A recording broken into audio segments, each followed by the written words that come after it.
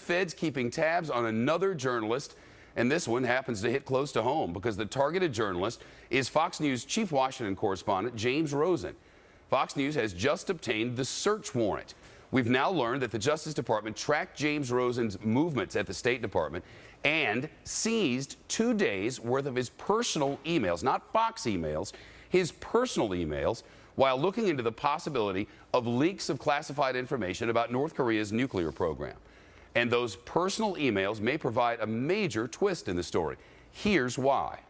The Justice Department went to a judge to get a subpoena for that, and the subpoena was issued, according to the story, because the Justice Department was alleging that the reporter in question, our colleague James, had engaged possibly in a conspiracy, a criminal conspiracy. A criminal conspiracy. Fox News Executive Vice President for News, Michael Clementi, issued this statement today. We are outraged to learn today that James Rosen was named a criminal co-conspirator for simply doing his job as a reporter. In fact, it is downright chilling. We will unequivocally defend his right to operate as a member of what up until now has always been a free press. Shannon Bream with the news, live in D.C. Shannon? Well, Shepard, what's key in these new revelations about the Justice Department and FBI investigation into our colleague James Rosen is that the FBI agent who filed the affidavit in this case in support of that search warrant that would allow authorities to access Rosen's personal email account said, in his opinion, that Rosen had committed a crime by allegedly working to obtain information from a source at the State Department. In an affidavit by FBI agent Reginald Reyes, the agent writes that he believed the evidence in the case showed Rosen had broken the law, quote, at the very least, either as an aider, abettor, and or co-conspirator. It's a very dangerous claim, and the notion of pinning the label of criminal on the press because it gathers news from someone who may not have the authority to provide the news is extremely dangerous. Rosen was never contacted by the government despite an in-depth investigation which, according to the Washington Post, included obtaining that search warrant not only for his personal email account, but also tracking his movements by examining the use of his security badge at the State Department. Also out today, a report by the Inspector General at the Justice Department investigating a potential leak to the media regarding Fast and Furious, the controversial gun-walking operation. The report mentions 2 Fox employees, reporter William LaJeunesse and producer Mike Levine, and quotes from their emails. But DOJ officials tell us they did not subpoena any reporters' records or emails in that particular investigation. Shep. Shannon Bream live in Washington. Shannon, thanks very much. Let's take this to the judge. Fox News senior judicial analyst, Judge Andrew Napolitano. Judge, hello. Shep. This isn't about us.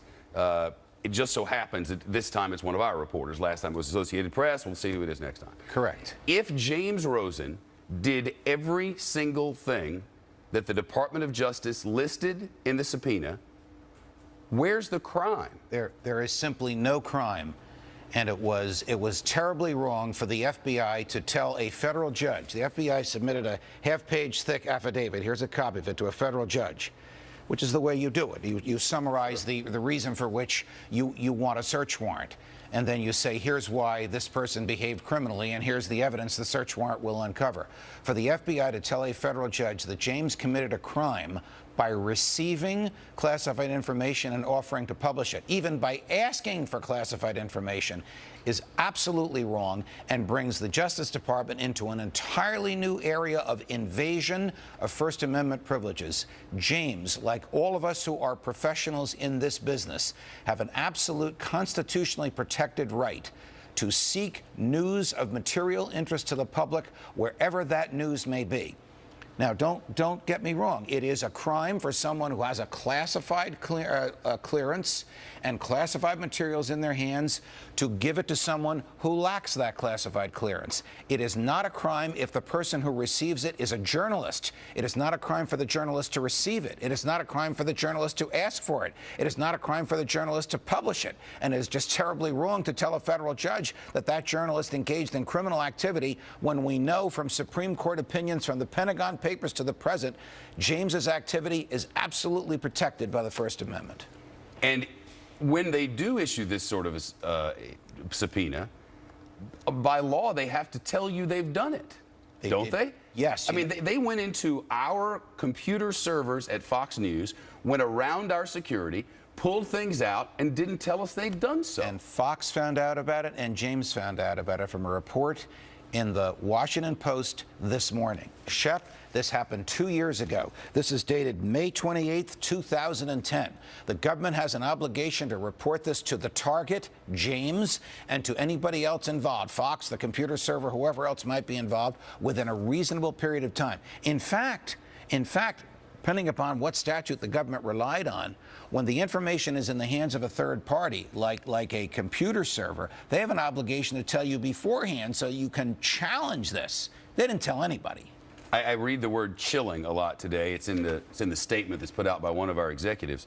That's actually a word from the Supreme Court. Yes, it is. The Supreme Court has ruled that when the government makes it difficult for you to do your job as a journalist by scaring off your sources or watching your every move, that's called chilling. Chilling is a constitutional phrase meaning the government hasn't directly silenced me, but it's made it more difficult for me to speak.